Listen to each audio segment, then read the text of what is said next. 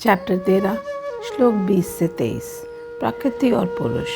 प्रकृति और पुरुष को तो शुरुआत रहित समझ, विकार और गुणों को प्रकृति से पैदा हुआ जान, कार्य, करण और कर्तव्य को प्रकृति से ही पैदा करती है। पुरुष सुख और दुखों को भोगने वाला है। इसको यहाँ पे श्री कृष्ण इस तरीके से समझाने की कोशिश करते हैं कि प्रकृति क्या है। प्रकृति रजस, सत्व, तमस, प्रकृति के ये 3 रूप है। और पुरुष क्या है? पुरुष मतलब पुर मतलब नगर, श मतलब व्यापत। किसी भी नगर में जो व्यापत उसको पुरुष कहते हैं।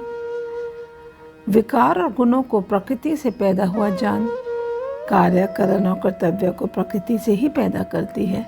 इसका मतलब है कि विकार और गुण, विकार मतलब डिस्ट्रॉशन और गुण कोई भी जो होते हैं वह प्रकृति ही पैदा करती है।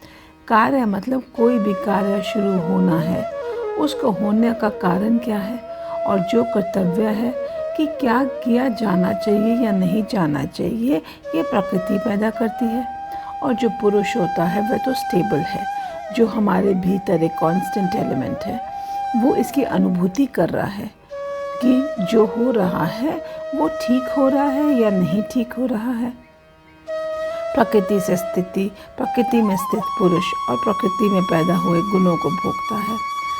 गुणों में लगाव रखने के कारण अच्छी बुरी योनियों में इसका जन्म लेने के कारण बनता है। पुरुष ही देखने वाला, अनुमति देने वाला, भरण पोषण करने वाला, भोक्ता और शरीर का स्वामी है। पुरुष को ही आपे का परम कहते हैं। देह में रहते हुए भी ये देह से पराया है।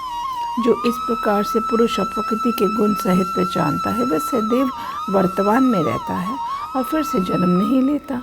वर्तमान में रहता है, फिर से जन्म नहीं लेता का इसका मतलब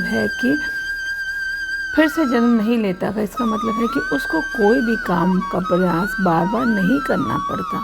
जब एक व्यक्ति फिक्स्ड और वेरिएबल को पहचान जाता है, जब उसको चेंजेबल और अनचेंजेबल में अंतर समझ में आने लग जाता है, तो वही काम उसको बार बार नहीं करना पड़ता। और इन दोनों चीज़ों के वेरिएशन जब उसको समझ आ जाती है तो इंसान को मुक्ति प्राप्त हो जाती है।